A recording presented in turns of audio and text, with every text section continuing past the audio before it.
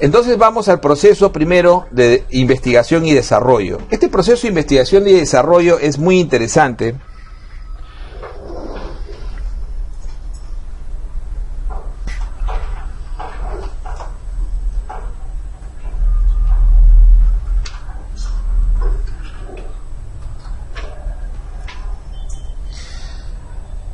Generalmente para hacer desarrollar una nueva droga, el desarrollo de una nueva droga, hay una etapa que se llama, la primera etapa se llama la etapa de descubrimiento. La etapa de descubrimiento, hay conceptos básicos ahí. El primer punto que uno tiene que hacer en la etapa de descubrimiento es el conocimiento total de la enfermedad. Entonces, siempre la enfermedad tiene que estar muy bien estudiada y muy bien definida. Una vez definida la enfermedad a la cual uno quiere investigar un producto, o sea, un futuro medicamento, uno tiene que obtener de esta investigación, ¿no? de este conocimiento, lo que se llama la diana terapéutica. Ahora, este término lo vamos a usar varias veces. La diana terapéutica, después en farmacocinética, se convierte en nuestro receptor. La mayoría de las dianas terapéuticas son receptores biológicos.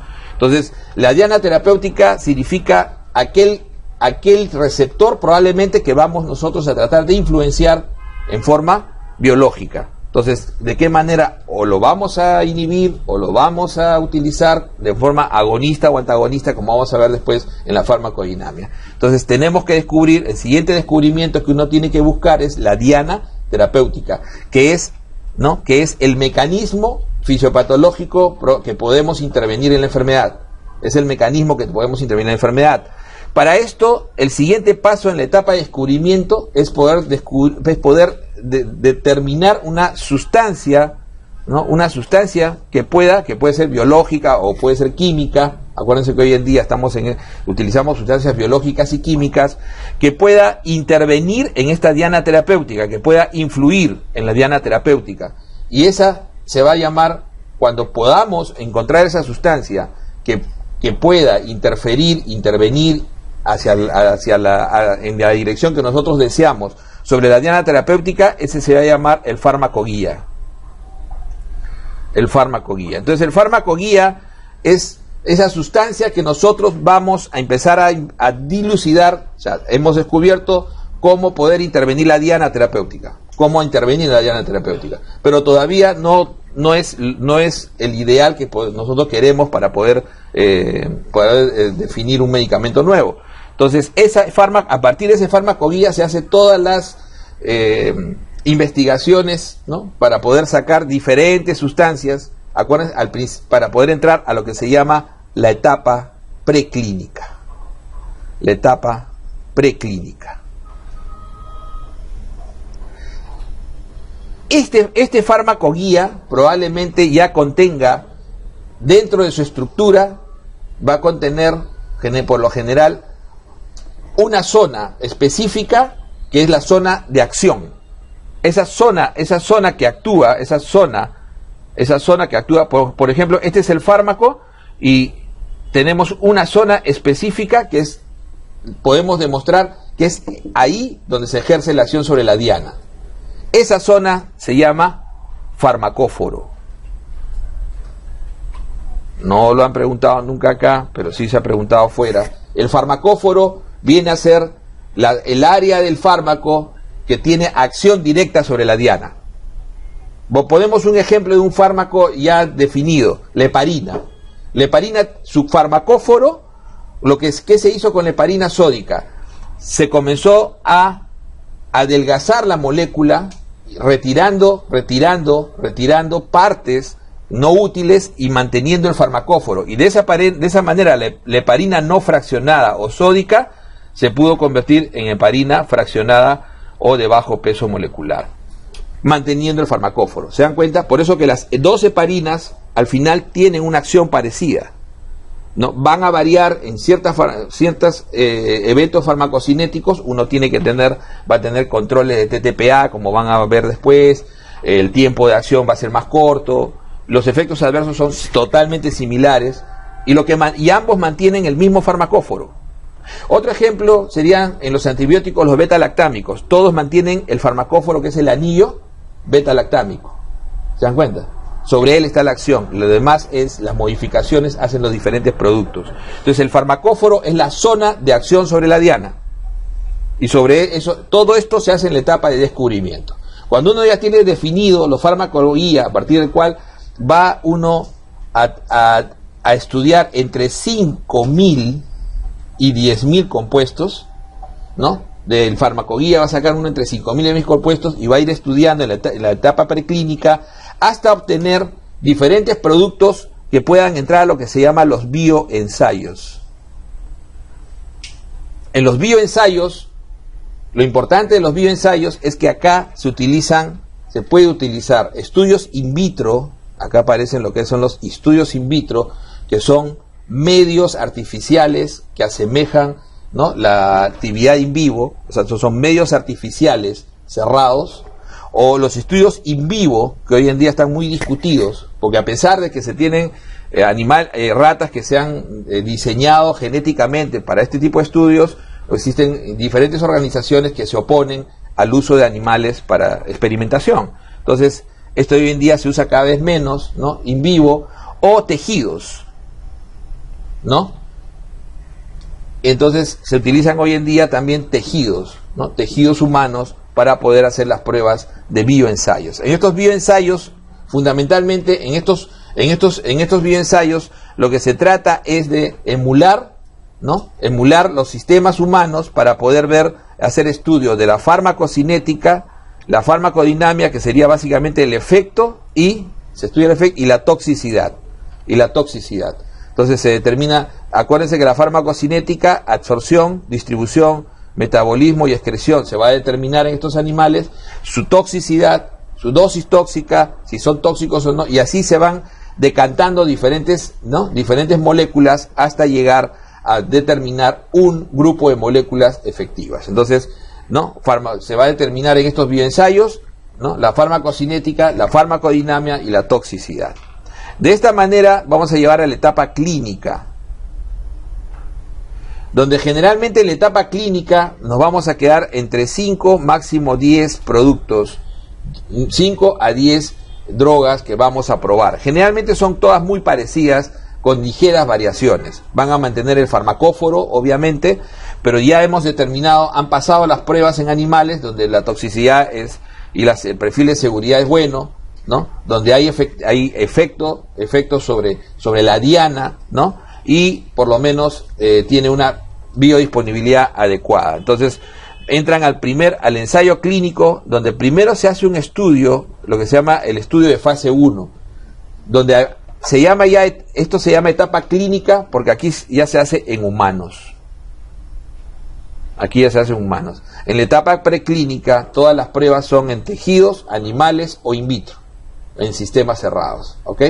Entonces, esa es la diferencia. La etapa clínica, en el estudio de fase 1, es un estudio totalmente abierto, es un estudio con voluntarios sanos, es abierto, o sea, se sabe con quién estamos trabajando, se sabe lo que se le está dando a cada uno, no se enfrenta a placebo.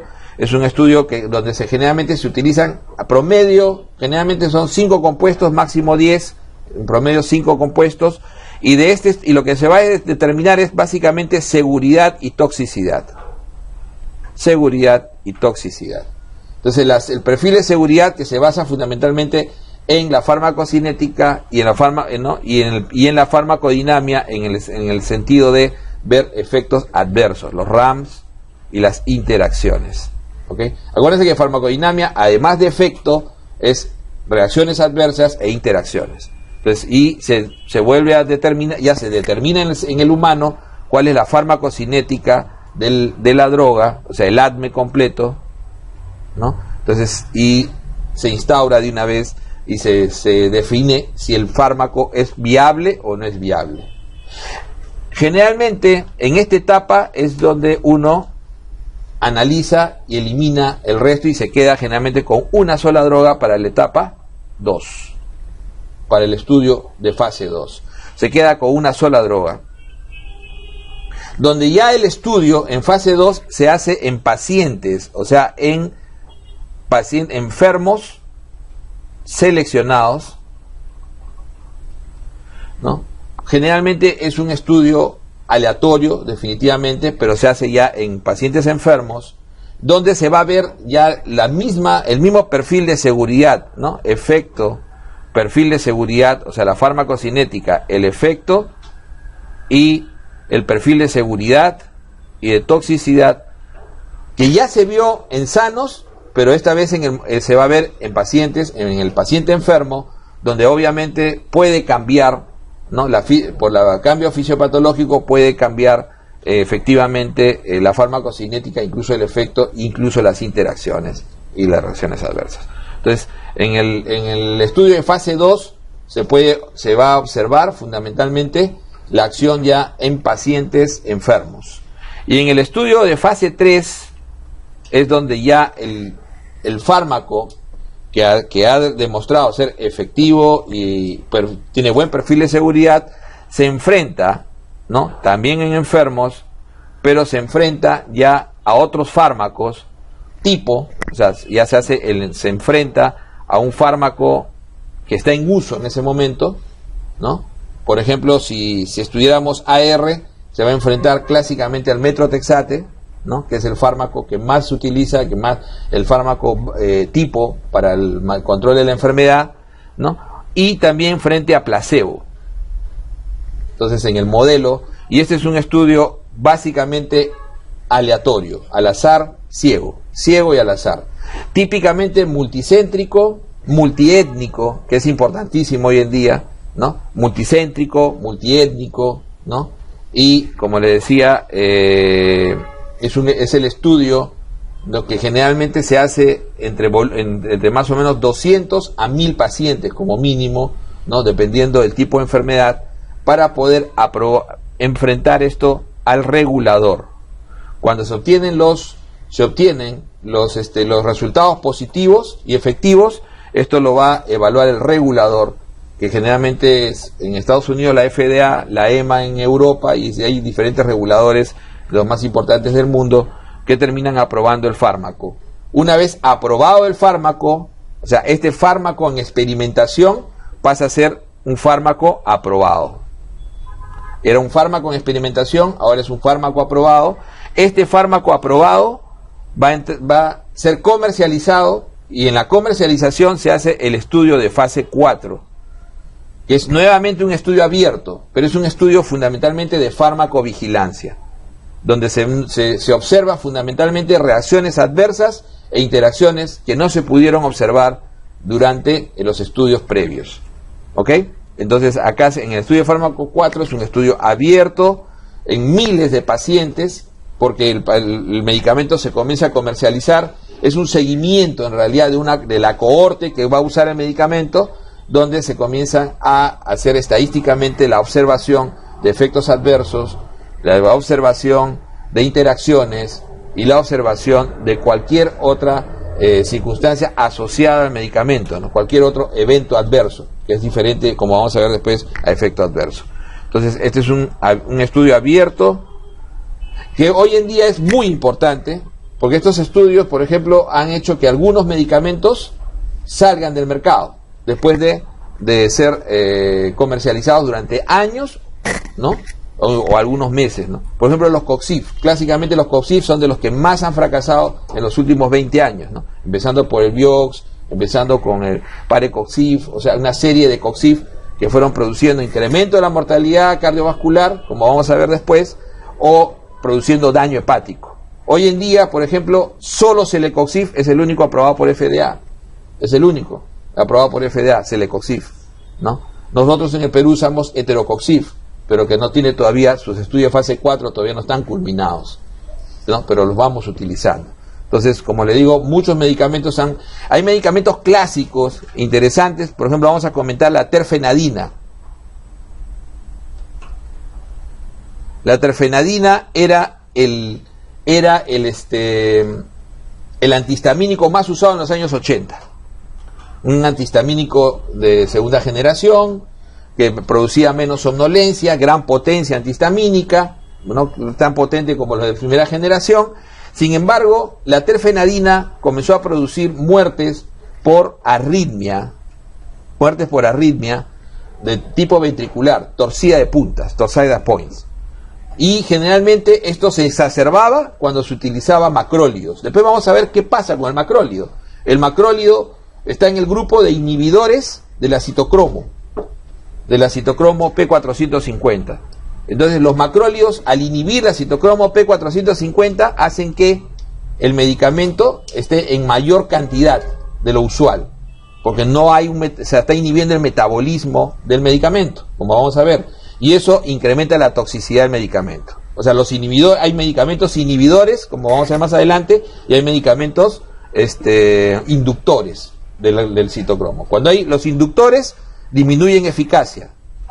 Los inhibidores incrementan toxicidad, ¿okay? De aquellos que utilizan citocromos P450.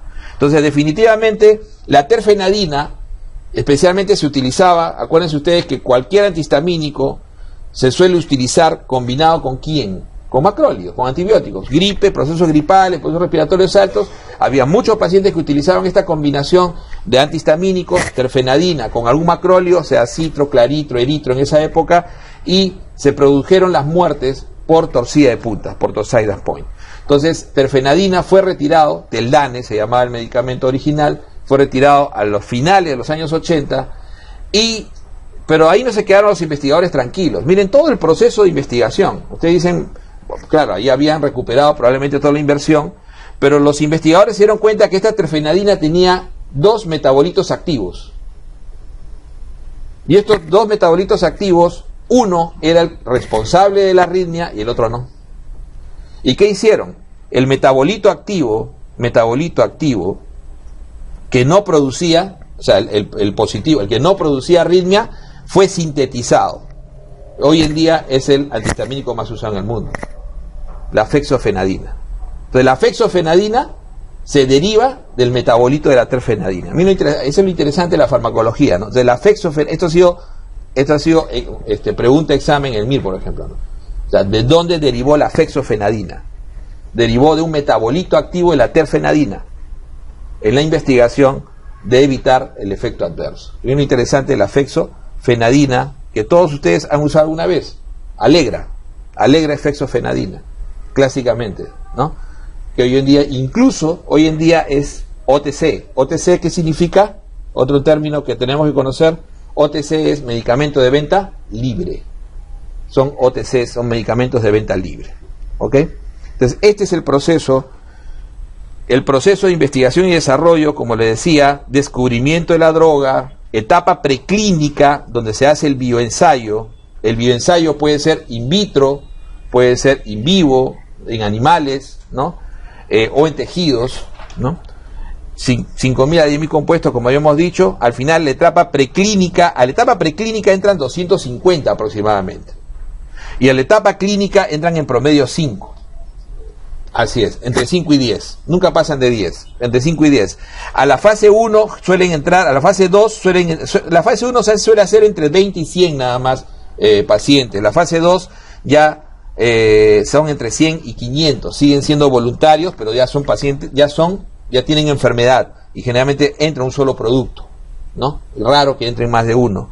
Y en la fase 3 ya entra el producto ya a un estudio clínico, ensayo clínico controlado, doble ciego, multicéntrico, multiétnico, que es importante para poder conseguir la aprobación, el proceso de aprobación. Después viene lo que decíamos, acá falta el estudio de fase 4, que es lo que viene acá. Antiguamente este estudio de fase 4 se llamaba estudio post-comercialización, también lo pueden poner así, es un término antiguo, estudio post-comercialización, estudio post-OC, ¿no? Entonces son términos antiguos que se utilizaban, que a veces los pueden utilizar todavía, y que son fundamentales para poder determinar, hacer la farmacovigilancia del medicamento, que es fundamental. Entonces el ensayo clínico es toda investigación, como decíamos, en seres humanos, utilizado básicamente para determinar, confirmar los efectos farmacológicos y demás efectos, tanto farmacocinéticos como farmacodinámicos, para poder determinar su utilidad, ¿no? Y el efecto biológico positivo en los pacientes. perfil de seguridad fundamentalmente. Entonces, estas son las características, como habíamos dicho. Fase 1 es un estudio abierto, eso no se olviden. Esa es la diferencia con los otros, esto es un estudio abierto. En la fase 2 ya la asignación es al azar, con grupo testigo, pero es un estudio fundamentalmente para demostrar en el paciente, efectivamente cuál es la eficacia y el intervalo de dosis. O sea, en la fase 1 uno determina seguridad y tolerabilidad, lo que ya habíamos determinado en el animal de experimentación o en tejido. Ahora lo determinamos en humanos sanos. Después, en la fase 2 ya se ve eficacia e intervalo de dosis. Y acá ahí se determina cuál va a ser la dosis que se va a utilizar en la fase 3, que ya es nuevamente un estudio, asignación al azar, pero este es un estudio multicéntrico.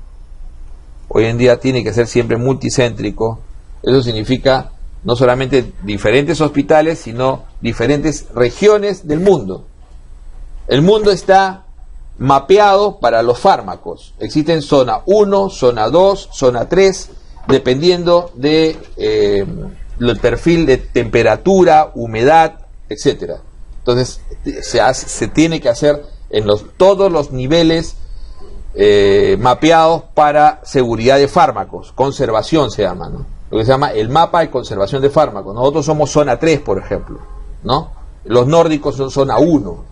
Entonces se tiene que hacer no solamente en todas las zonas del mundo, o sea, sino también en todas las poblaciones étnicas. O sea, se tiene que hacerse en afros, por ejemplo, en autóctonos peruanos, si fuera un medicamento que se usara acá, hispanos, como se dice en el mundo, ¿no? Entonces todas las etnias deben estar representadas en el estudio de fase 4, por eso se llama estudio multiétnico hoy en día, multiétnico, multicéntrico, y que generalmente dura entre 3 a 5 años con una gran inversión, ¿no? Esto es lo que se suele hacer hoy en día, se trabaja mucho en esto para poder hacer la aprobación de un medicamento.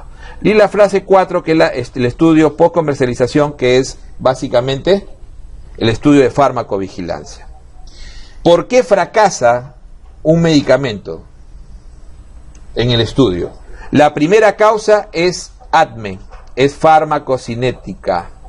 La primera causa de fracaso, aunque le parezca mentira, es la falla farmacocinética. Falla farmacocinética.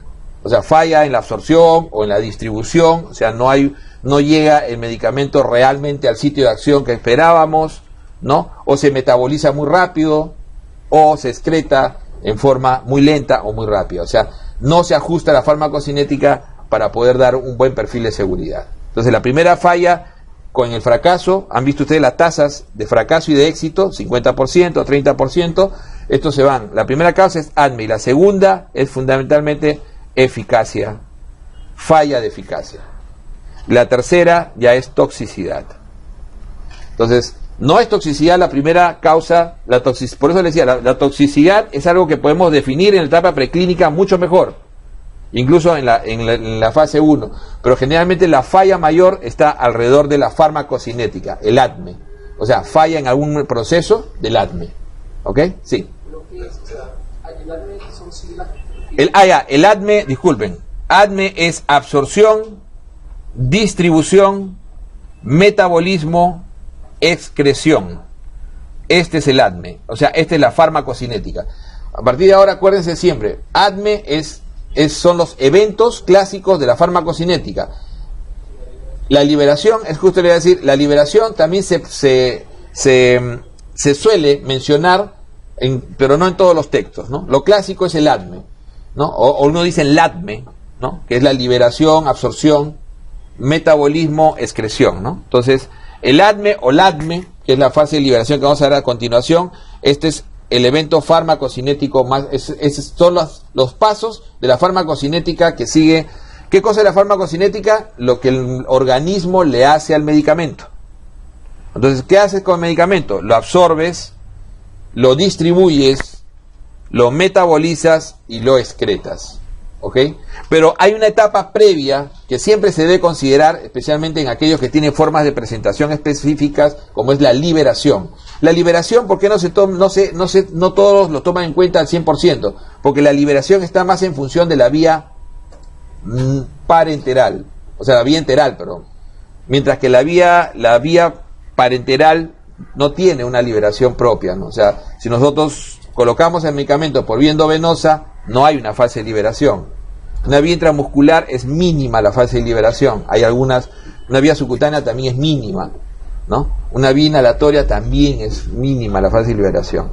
Mientras que en la vía oral sí es importante. En la vía oral lo vamos a ver específicamente. Algunos estudian dentro de la absorción, como decía, puede ser LADME o ADME, pero es absorción, distribución, metabolismo y excreción. Mientras que la farmacodinamia es lo que el medicamento nos hace a nosotros. O sea, el efecto positivo o el efecto negativo, toxicidad o reacción adversa o interacción, ¿ok? El efecto biológico que nos puede producir, o sea, el efecto que nos va a producir el medicamento, ese es lo que nos va a hacer a nosotros el medicamento, eso es farmacodinamia.